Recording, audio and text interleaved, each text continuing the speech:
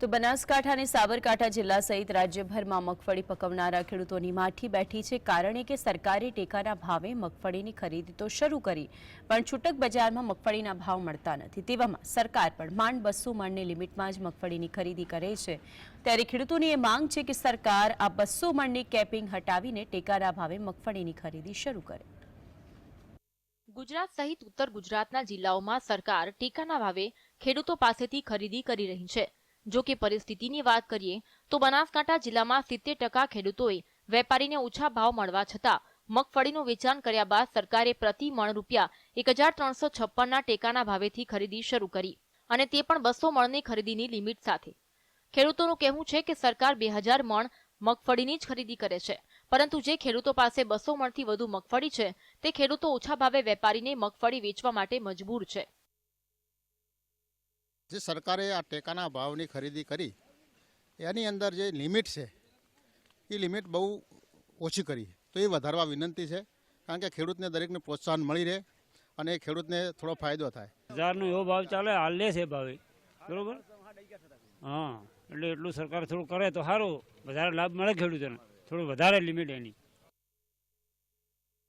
અત્યારે મગફળીનો માર્કેટ ભાવ 1050 થી 1150 છે, જેથી તેમાં ખેડૂતોને દેખીતું નુકસાન છે। ત્યારે ખેડૂતોની માંગ છે કે સરકાર 200 મણની લિમિટ વધારી 400 મણ કરી દે। ભાવ વધારો હેડે તો કોટા તો ભાવ વધારે મળે અમને, આ વધારે હેડે કોટા સંઘના તો અમારે વધારો મળે અમને, એમે ખેડૂતને કોઈ લાભ મળતો નથી। અને સરકારે પાછળથી તો ખરીદી ચાલુ કરી છે લાભ પછી, અને 20% ખેડૂતો બચ્યા છે, એમ લિમિટ પ્રમાણે લેતો તો બરાબર, ને ખેડૂતોને નુકસાન થાય। અમે તો લિમિટેડ બોજી છે પ્રમાણે લઈ લે તો બરાબર છે।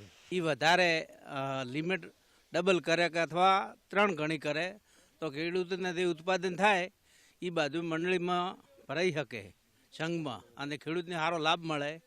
નકર તો 50% ભરાવરાય છે, 50% નથી ભરાતું, બીજું બાકીનું પેમેન્ટ લંબાઈ છે એ સરકાર થોડીક એની તાકીદ રાખે।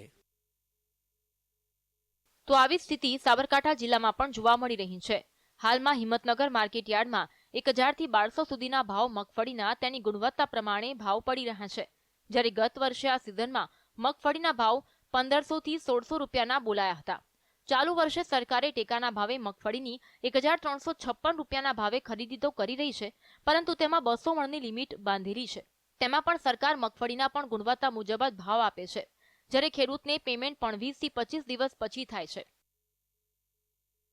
મગફળીમાં આ સાલ સદંતરે નુકસાન જ છે। ગઈ સાલના ભાવો કરતાં આ સાલે 400 થી 500 રૂપિયાનું બજાર નીચું છે। આ કારણે ખેડૂતોને પરવડતું જ નથી, કોઈ પણ હિસાબે પરવડે એમ જ નથી।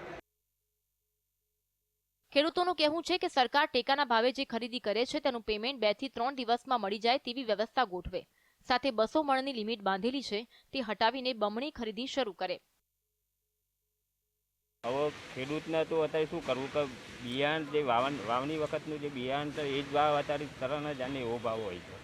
પછી તમે કહો કે મજૂરી કે પંખો કે આજે મજૂરનો ભાવ એટલું બધું છે ને કે એક હદ બને મૂકી દીધી છે, અને કંઈક તો ભાવ નથી મળતા। ખેડૂતોને પોષણક્ષમ ભાવ નથી મળતા, તેલના ભાવ પણ 2500 થી 3000 રૂપિયા હોય છે, ખેતી પરવડતી નથી અને ખેડૂતોને બહુ નુકસાન છે।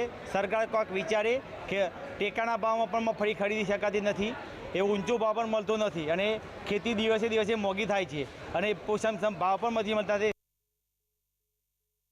એક તરફ ખેડૂતોને મગફળીની પૂરતા ભાવ મળતા નથી, તો બીજી તરફ વાવણી સમયે બિયારણ લેવા જાય ત્યારે 2100 થી 2500 રૂપિયા ચૂકવવા પડે છે, જ્યારે બજારમાં સિંગતેલના ડબ્બાના ભાવ 3000 રૂપિયા આસપાસ છે। ત્યારે સરકારની આવી નીતિથી ખેડૂતોમાં ખૂબ નારાજગી છે। સાબરકાંઠાથી જુગનુ રૂપાલ સાથે ધ્રુવ પરમાર, GSTV, બનાસકાંઠા।